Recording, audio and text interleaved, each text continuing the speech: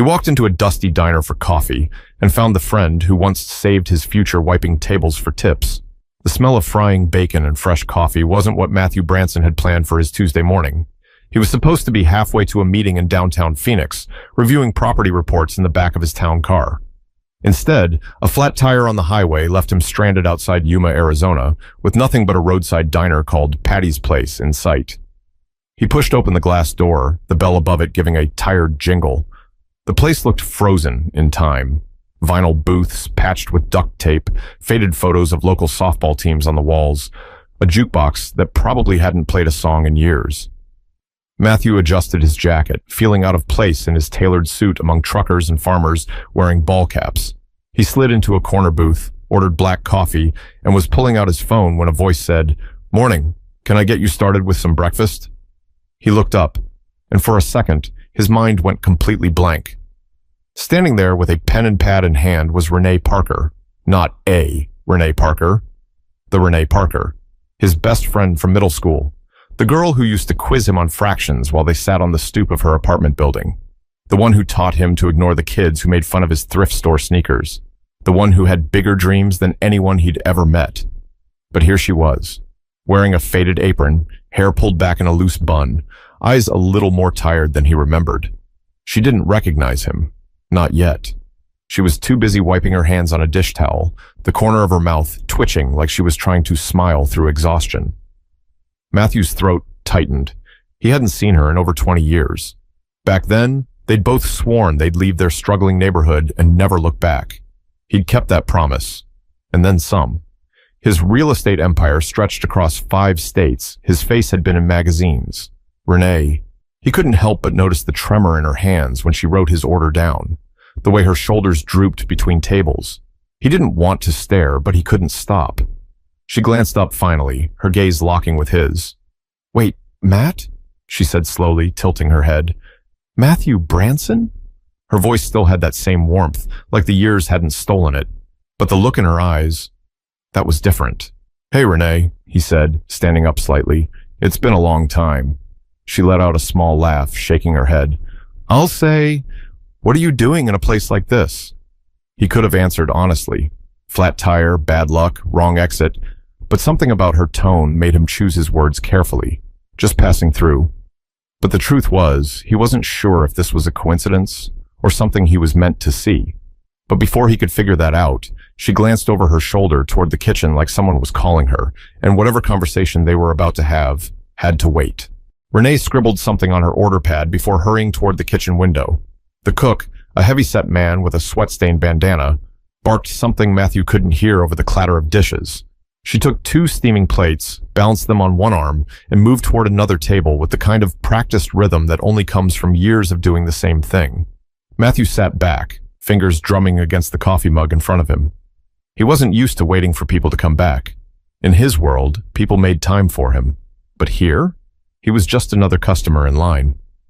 Finally, after dropping off food and topping off someone's iced tea, she made her way back. "Okay," she said, sliding into the booth across from him for just a second. "I know it's been forever, but it's definitely you." She laughed lightly. "You even got the same serious face." He smirked. "Guess I never grew out of it." Renee's eyes flicked over his suit, the watch on his wrist, and the way his shoes looked like they'd never touched dirt.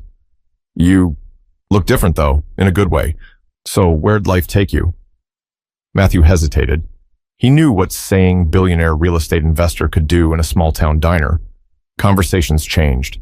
Faces tightened. People assumed you thought you were better than them.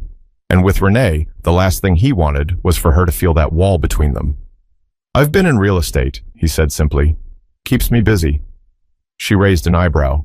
"Real estate? Like selling houses?" "Something like that." He took a sip of his coffee to dodge the question. Her smile was polite, but there was something in her eyes, curiosity, maybe even suspicion. Still, she didn't push. "So, you passing through Yuma or what?" she asked, glancing over her shoulder again when a bell dinged from the kitchen. "Yeah, just a pit stop." "That's rare," she said, standing up again. "Most people who stop here are regulars, truckers, or lost." He chuckled. "Guess I'm in the last category then." She grabbed his menu. "I'll put your order in." Don't go disappearing on me. Matthew watched her weave through the tables again, greeting customers by name, smiling even when the smiles weren't returned. He remembered how they used to talk about opening a bookstore together one day, the kind with beanbag chairs and walls covered in art from local kids. Seeing her here, carrying plates instead of books, made his stomach twist. But what unsettled him more was how easily she seemed to hide whatever was going on behind that smile. And he was starting to realize he wanted to know why. Renee came back a few minutes later, setting a plate of scrambled eggs and toast in front of him. "On the house," she said with a little shrug. "You don't have to do that," Matthew replied. "I want to," she said, sliding into the booth across from him again. "It's not every day an old friend walks in here." He studied her face while she poured him more coffee. There were faint lines near her eyes now, the kind you get from both laughter and worry. Her hands were rougher than he remembered, and a small scar ran across the top of her knuckle. "So," she began, stirring a packet of sugar into her own mug, "what's real estate like? You flipping houses or something bigger?" "Bigger," he said cautiously. "Apartments, commercial properties, that sort of thing." Her eyebrows lifted slightly. "That sounds intense." "It has its moments." She nodded slowly. "Good for you. You always did work hard. Remember how you used to help me with history, even though you hated it?" He chuckled. "Still do. I only helped because you threatened to stop helping me with math."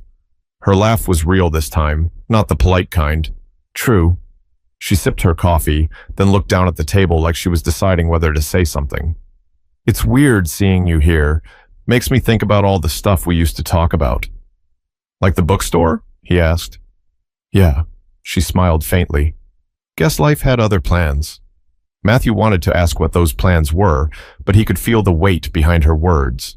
It wasn't the kind of thing you push for in a diner full of people who might overhear. "How long have you been here?" he asked instead. She shrugged. "A while. Works steady. Pays the bills." The way she said it, flat, with no conviction, told him more than any long explanation could. A group of noisy customers walked in, and Renee glanced toward them, her smile snapping back into place like a mask she'd worn 1,000 times. "Duty calls," she said, sliding out of the booth. As she walked away, Matthew picked at his toast, his mind spinning. This was Renee, the girl who once told him she was going to own a business, travel the world, and never settle for less. But here she was, settling for less every single day. And he couldn't stop wondering what had happened to her dreams. Matthew stayed in that booth longer than he meant to.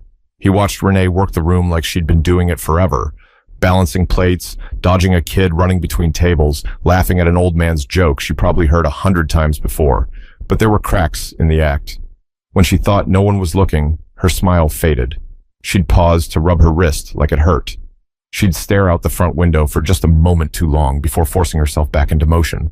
When the crowd thinned, she came back over, leaning against the booth's edge. "You still in touch with anyone from back home?" she asked. "Not really," he said. "Life got busy." "Yeah, same here." Her gaze dropped to the floor for a second. "Except busy looks a little different for me." He didn't miss the edge in her voice. "You want to talk about it?" She hesitated, then shook her head. "Not here, not with Earl listening." She tilted her chin toward the cook in the back, who was clearly trying to look busy while leaning half out the kitchen window to eavesdrop. Matthew grinned slightly. "You free after your shift?" Her eyes darted toward the clock. "If I can get someone to cover the last hour, maybe, but..." She trailed off, biting her lip. "Why? What's this about?" "Just catching up," he said, but he knew that wasn't the whole truth. He wanted to know why she was here, what had happened between their teenage dreams and this diner. Before she could respond, a man in a stained trucker cap waved his empty coffee mug in the air. "Renee, refill!" She sighed. "Story of my life." As she walked away, Matthew noticed the limp in her step, subtle but there. Something told him her life had been harder than she was letting on, but he had no idea just how deep that hardship went, until she sat across from him later and told him everything. The diner was nearly empty by the time Renee slid into the booth across from Matthew again, this time without her apron. Her hair was down now, framing her face, and she looked a little less like the waitress everyone ordered around, and a little more like the girl he remembered. "I've got 30 minutes before my relief shows up," she said. "You wanted to talk. So, talk." Matthew leaned forward. I wanted to see how you've been, really been. She gave a small, humorless laugh. You sure you want the honest version? That's the only one I'm interested in. For a moment, she just stared at him, like she was debating whether he could handle it. Then she took a deep breath. All right. After high school, I got a scholarship to Arizona State. Thought it was my ticket out. But halfway through, my mom got sick. I dropped out to take care of her. Money got tight. Bills piled up. After she passed, I never went back. Matthew didn't interrupt. I married a guy who seemed stable. Thought he'd help me get back on track. Turns out, he liked the idea of a wife who didn't ask questions about where the money was going. When I finally did, it turned out where was a blackjack table in Laughlin. And money was everything we had. She looked down at her hands. He left 2 years ago. Haven't heard from him since. Matthew's chest tightened. And you've been here ever since? Yeah. Tried other jobs, but this is steady. Not much else in town unless you've got a degree. Which I don't. She gave a little shrug, like that explained everything. Renee, he started, but she held up a hand. Don't. I'm not telling you this for pity. It's just life. Some people win big. Some people end up here. He shook his head. That's not how I see it. You didn't lose. You got knocked down. That's different. She smirked faintly. Easy for you to say when you're sitting there in a suit that probably costs more than my car. He leaned back, studying her. Maybe, but that doesn't mean I don't remember where I came from, or the people who helped me get here. Her eyes softened, just a little. So what are you saying? Matthew didn't answer right away, because the truth was, the idea forming in his head was bigger than just buying her dinner or slipping her some cash. But he knew that if he said it out loud, it might change both their lives forever. Matthew waited until her shift ended. They walked out together into the fading desert light, the diner's neon sign buzzing behind them. Her car, an old, sun-faded sedan, was parked crooked along the curb. She tossed her apron onto the back seat and leaned against the door. So, she said, you gonna tell me what's on your mind, or are we just gonna stand here staring at each other? He slipped his hands into his pockets. What if I told you I could help you get out of here? Her brow furrowed. Out of Yuma? Out of this? The diner, the dead-end jobs, the routine that's been holding you down. She crossed her arms. And what? You just swoop in and fix everything? That's not how life works, Matt. Sometimes it is, he said quietly. If someone cares enough to make it happen. Her expression tightened. I don't want charity. This isn't charity, he replied. This is me paying back someone who believed in me before anyone else did. You're the reason I passed math. You're the reason I didn't quit school. You don't even realize how much that mattered. She looked away, blinking fast. Even if I said yes, what exactly are you offering? A job, not just a job, a future. I own properties in Phoenix. One of them needs a manager, office work, good salary, benefits. I'd cover the training. Her head snapped back toward him. You're serious? Dead serious. You've got the brains for it, and I know you'd be good at it. Renee laughed under her breath, shaking her head like she couldn't decide if he was crazy or genuine. That's a lot to take in. Think about it, he said. You don't have to decide right now. But I'm not offering because I feel sorry for you. I'm offering because I know you're capable of more than this place is ever going to give you. She didn't answer right away. Instead, she stared past him, watching a truck rumble down the highway. You make it sound so simple. Sometimes it is, he said. For a long moment, the only sound was the diner's sign buzzing and the low hum of passing cars. Finally, she looked at him again. I'll think about it. But Matthew could tell by the way she said it that something inside her had already shifted. Like for the first time in years, she could actually picture a way forward. The next morning, Matthew was halfway through his coffee at the motel when his phone buzzed. Unknown number. Hello? It's me. Renee's voice came through a little shaky. I thought about it. He set his mug down. And? I'm scared, she admitted. It's been so long since I've done anything big. But if the offer's still there, I want to try. A slow smile spread across his face. It's still there. I'll have my assistant send you the details. We'll get you started next month. Silence for a beat. Then she said softly, "Thank you for seeing me as more than this job, for remembering who I used to be." "You never stopped being her, Renee," he said. "You just forgot for a while." When he hung up, he felt something he hadn't in years. That same spark he'd had as a teenager when they used to sit on the stoop, dreaming about what was possible. 3 months later, Matthew stopped by the Phoenix office to check in. Renee was behind the desk, a headset on, typing confidently into a computer. She looked up and grinned, not the tired, practiced grin from the diner, but a real one, the kind that reaches the eyes. "Boss man," she teased, "you're gonna ruin my productivity." He laughed. "Just making sure you're still here."